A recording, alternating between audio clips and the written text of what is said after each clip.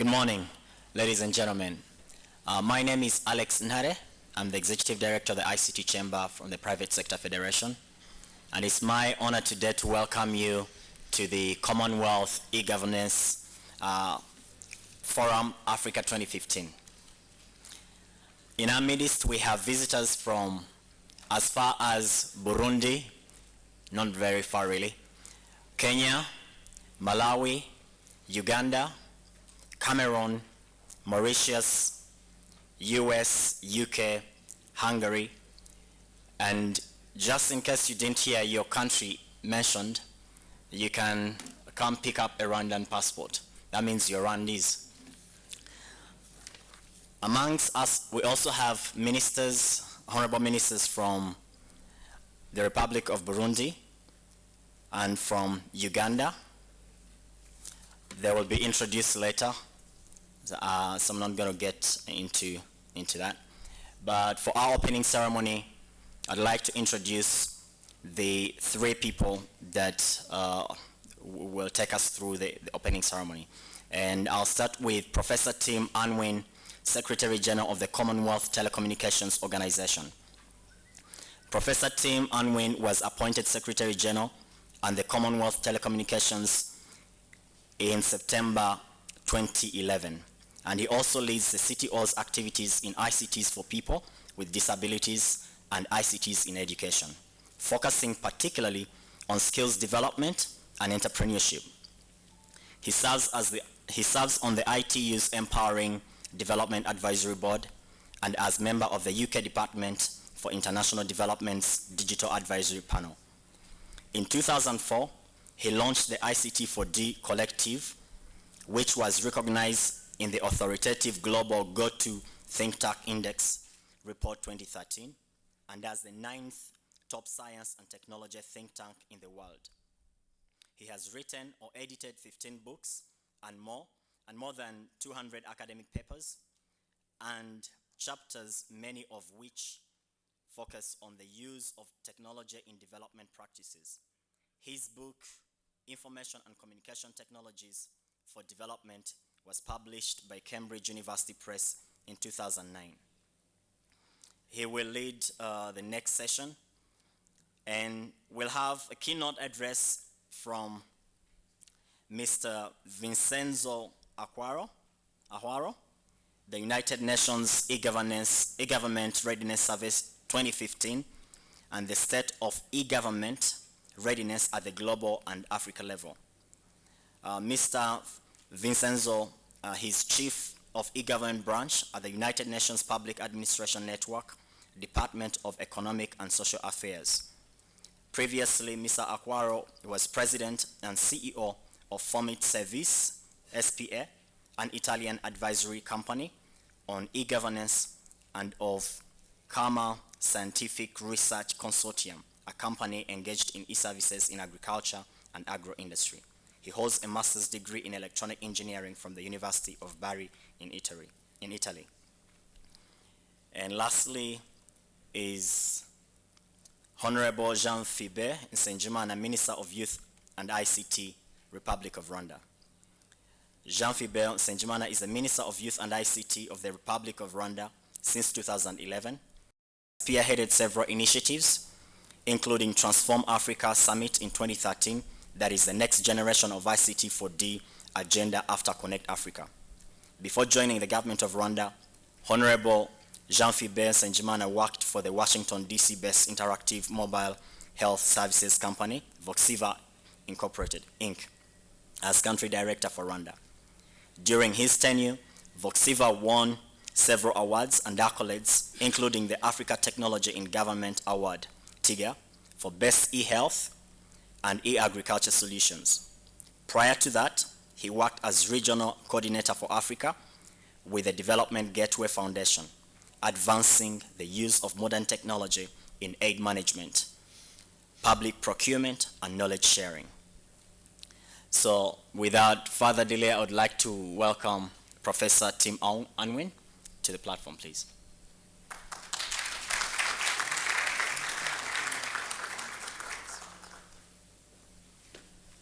And I'm going to invite Honorable Minister Jean-Philbert Nsengimana to the platform, as well as Mr. Vincenzo Ajuaro.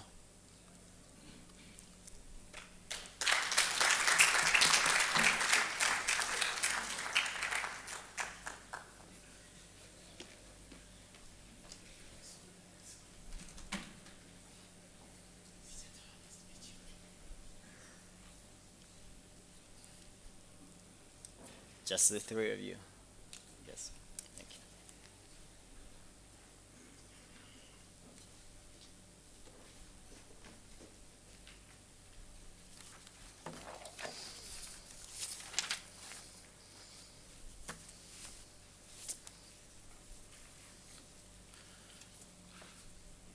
Mwarimutse, Murakaza Neza.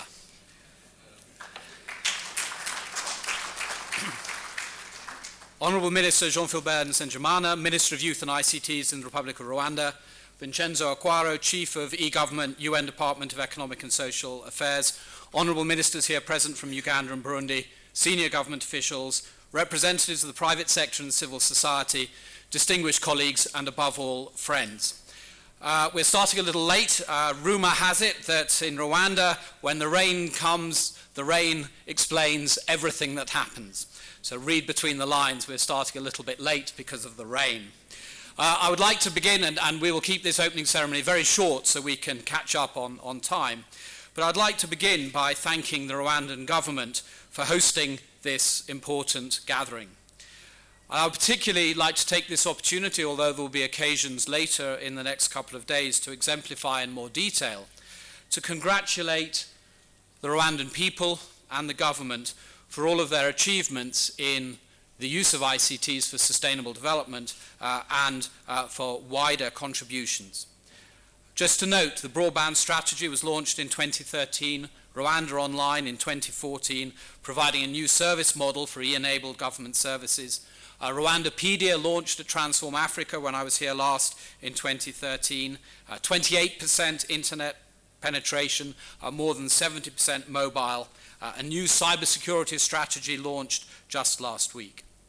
And I think these achievements, if I may be humble enough, owe an enormous amount to the charismatic and visionary leadership of His Excellency President Paul Kagame. He has championed the use of ICTs effectively across the world. He has led the Broadband Commission, and it is his vision that has shaped much of what has happened here in Rwanda. It is therefore with deep respect that we are here in his and your country. But every great leader, I hear, must also have great people under him to make things happen. And it's therefore with an enormous debt of gratitude that I would like to thank my friend, who I know as Phil, who the world knows as the Honourable Minister Jean-Philbert Nsengimana. It has been his leadership, his vision, his energy, his passion, his commitment, his understanding of business models that has actually made things happen on the ground here. And we are very, very grateful to all you have done personally in driving this agenda forward. Let me just say a few words of introduction on the themes of the conference. I believe, and have always believed, passionately that it is important that we distinguish very clearly between what we understand and mean by e-governance and what we understand and mean by e-government. Governance is a very, very much larger agenda than many people take it for thinking about. It's the processes and mechanisms of governing through such things as laws, norms, power, language, the way we relate as citizens to our governments. So fundamentally, governance concerns the relationships between states and citizens. And e-governance concerns the whole gamut of issues in shaping the very structure of government and the ways in which we relate as human communities. Recent developments in the use of ICT have actually transformed the possibilities of new governance arrangements. Apps like AppGree, the work of My Society, Open Data, is creating a very, very fluid pot within which we need to track a way forward. E-government, on the other hand, is something very different. It is primarily the role of electronic technology in the service of government. through such things as tax returns, passports, identity cards, etc. Of course, this has real implications for governance, but it is indeed a subset of it. E-government is often seen as providing undoubted benefits for both citizens and states, more efficient services, reducing corruption, increasing transparency. But this often comes at a huge cost. As I said in the press conference that we held yesterday, it is perhaps the companies providing e-government services that are truly those who benefit most from the drive for e-government. I only say that slightly in jest. Certainly in my own country, the United Kingdom, we have had immense problems with launching our National Health Service digital systems, and only last week did we learn that an expensive farm subsidy software system was scrapped, and we were going back, at least in the short term, to a paper-based system. So let us not take e-government for granted as necessarily being a good thing. We have to make sure that it is and that it delivers. There are real issues with implementing government digital systems. Turning finally to some concluding words on e-governance, this is often seen as being associated with moves to greater openness and democracy. I think some of my staff think that I should not try and reach things by consensus, but take a little more role in direct leadership and dictatorship. But I still believe in maintaining the belief in consensus and democracy. Governance is not always about, and this is the point of what I have again just said, governance is not always just about more openness and transparency. There are many countries in the world where it is in fact the complete opposite. So to conclude with the purpose of this event, I see it as having four things. It is about sharing good practices. Let us never use the word best practice. Best practice is a view that somebody wants to impose on you. The CTO is fundamentally about providing opportunities to share practices, good practices elsewhere in the world, that we can craft to our own individual national contexts. Secondly, it's an opportunity for like-minded people to come together to develop innovative solutions. We will hear of challenges. Let us go away from here with new ideas about how in our own contexts we can create solutions to those. Thirdly, it is about identifying common understandings of key issues that we need to address, and it is in providing the CTO with advice on how we can assist our members in taking that forward. But fourthly, and above all, it is about making commitments to do something different on return. I'm fed up with conferences that are just about people talking to other people. We have to act on the conclusions that we reach. I want everyone who is here to go away recharged in their passion, re-enthused in their vision, but determined above all else to do one or two things practical as a result of being here that are indeed going to make a difference to our people. Finally, ladies and gentlemen, distinguished colleagues, some thanks are very, very necessary. I would like to thank all of the staff at the Ministry of Youth and ICTs, and indeed my own staff, for their tireless work in putting this forward. I would like to thank our sponsors, and we will hear more from and about them later, particularly our gold sponsor, 23rd Century Systems, our silver sponsor, Tigo, the exhibitor, Budget, and Rwanda Online Services, who are providing much of the technology and have also generously supported the evening's activities. Ladies and gentlemen, this is your conference. Use it. Live it, enjoy it, make something different as a result of it. Thank you for being here. Murakoze cyane.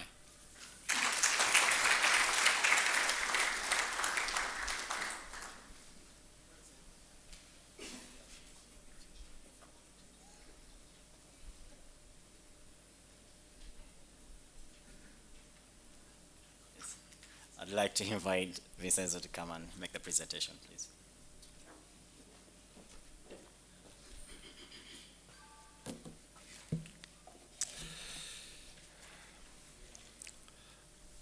Honorable Ministers, Excellencies, distinguished delegates, ladies and gentlemen.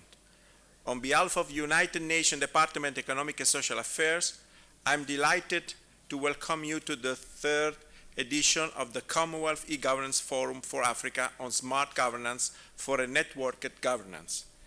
I would like to thank the organizer of this high-level forum, and in particular, our host, the Ministry of Youth and ICT of the Republic of Rwanda, and the Secretary General of Commonwealth Telecommunication Organization for the invaluable opportunity given to us to debate today on how to enhance e-governance for sustainable development. As we near the 2015 deadline for the current Millennium Development Goals and start to prepare the ground for the next steps in global sustainable development, it is clear that all governments are faced with a set of complex, multifaceted and interdependent challenges. Global challenges including poverty, inequality, climate change, peace and security are such that no single actor, let alone single government or single ministry, can effectively deal with them on their own. Addressing these challenges and transform them in opportunities, it is often dependent of the national and international capacity for change, innovation, openness, accountability, and responsiveness, which requires increasing collaboration. Effective collaboration among agencies across all levels of government is essential, as it is with non-governmental actors to ensure good governance and good development outcomes. Capable institutions and global partnership in a networked society are assuming growing relevance. Resources and knowledge can be leveraged among different sectors and actors in society through collaborative efforts within the country and among the countries to solve the most pressing challenges of public concern. Smart governance, underpinned by a capable and effective networked public administration, can aptly take advantage of ICTs and data revolution. Is crucial to improving people's life. The public sector must deliver equitably and efficiently essential services that meet people's needs, provide opportunities for sustainable economic and social growth, as well as facilitate citizen engagement and participation in public policy making and service delivery, so as to promote the well-being for all people. Smart governance can help streamline and integrate workflows and processes, effectively manage data and information, enhance transparency and public service delivery, as well as expand communication channels for engaging and empowerment of people.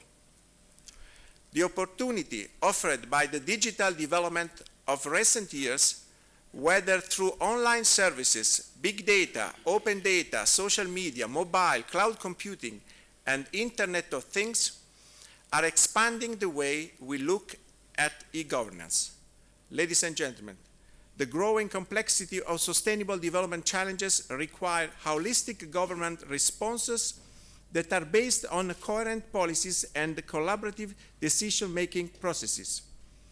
Effective modalities adapted by pilot smart governments, as well as the comparative advantage of collaborative multi-stakeholder approaches, should be considered in forming networked governance for sustainable development. In other words, smart governance should have a more pivotal role in promoting the culture for change among the countries. In this respect, these transformative changes entail not only the design and implementation of innovative practices in public governance and e-government, but also, and more fundamentally, a transformation of laws, rules, function, institutional frameworks, partnership, and financial mechanisms. In conclusion, I look forward to a meaningful discussion on how to overcome development challenges and explore opportunities on how to promote smart governance for a more networked and sustainable governance. Thank you.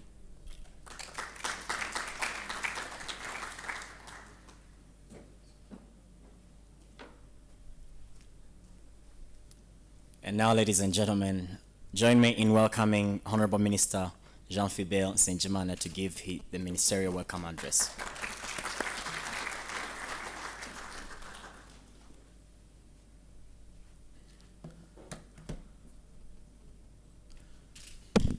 Good morning, everyone. Good morning.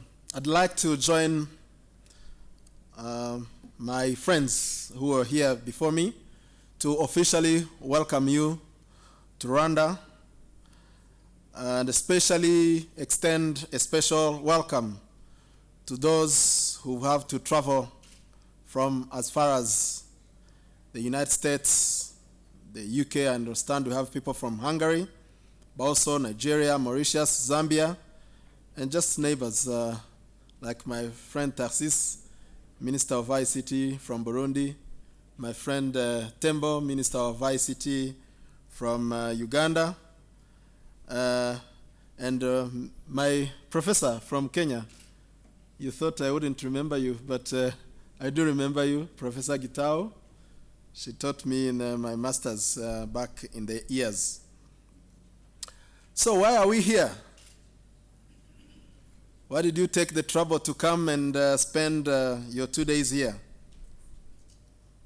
I think we are all here because we believe in the power of technology to grow economies, to transform social, political, and economic systems of governance for the better. We are here because we believe in the power of technology to improve people's lives. We have come here to imagine a future where technology helps governments and citizens fulfill ever-changing and growing, raising expectations. A future where citizens, administrations, small businesses are all connected. A future where even things are connected. Everything is connected, whether it is your office computer or smartphone, your car or fridge, street lights or garbage bin informing collection trucks that they are ready to be emptied, even your body sending a signal to your doctor that tonight you've slept a bit too much because of the long trip you've taken to Kigali. So, smart government in a connected society. This is the topic of our talk over the next 2 days. In Rwanda, we have decided by 2018, the government will be a fully self-service, 24 hours, paperless, and cashless government. We've come here to learn, share, and get inspired. Yesterday, I was having a press conference with my friend Professor Tim, and he told journalists that one of the things that get him frustrated the most is a strategy that remains shelved and not implemented. Am I right, Tim? Can you confirm? I told him that one of the things that frustrate me too is to see people spending a lot of time, resources, and a few years or a few months later, even celebrating for having just reinvented another wheel. Why should anybody learn from their own mistakes when other people have already made and paid for the same mistakes? By the way, I think that's the difference between ordinary people and smart people. Ordinary people will learn from their own mistakes. They are great ordinary people because not all people actually are able to do that. But smart people will learn from other people's mistakes whenever possible. So therefore, I believe we are here this morning because we are not just ordinary folks. We are smart people, and we are committed to build a smart governance. We are also here to make new friends, network, and partner, and talk. But not just for the sake of talking, but talk to build bridges, communities of practice, and business engagements. It is really amazing to see what happens when dreams and passions connect. Another example from yesterday is press conference as we talked to journalists. Without prior consultations or board decisions, Tim and I agreed to host another event sometimes later this year, maybe in October, to bring together social media companies and governments to tackle the issue of social media abuse, especially to ensure that our children are protected online, just because we connected. So I therefore encourage you to take time to talk to each other, to network and share. Not only mistakes, but most importantly, successes and opportunities. Take advantage of the great audience that is assembled here. I was checking, just looking in the faces of some of the people we have here. From Rwanda, we've got great leaders of our e-government ecosystem. I'd like to especially recognize the Director Generals of the Rwanda ID Authority. Pascal is there, the Rwanda Management Institute, my friend Oelars is there. I've seen people from Rwanda Governance Board, Director General, Deputy Director General Felicien is there. I see people from academia. I see people from private sector. I see people from the police, the postal office, and other great players in the ecosystem. I see people from the media, public sector, across all the key components that form our e-governance ecosystem. So really take time and understand what is it that we can do together, what is it can we may learn from you and you may learn from us.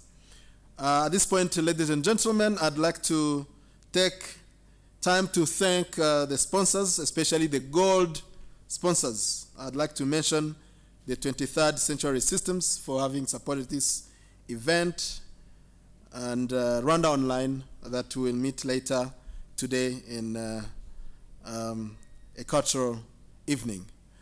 Once again, ladies and gentlemen, welcome to Rwanda, and I wish you a fruitful time here, and it is my pleasure to declare this conference, forum, summit, whatever, officially open.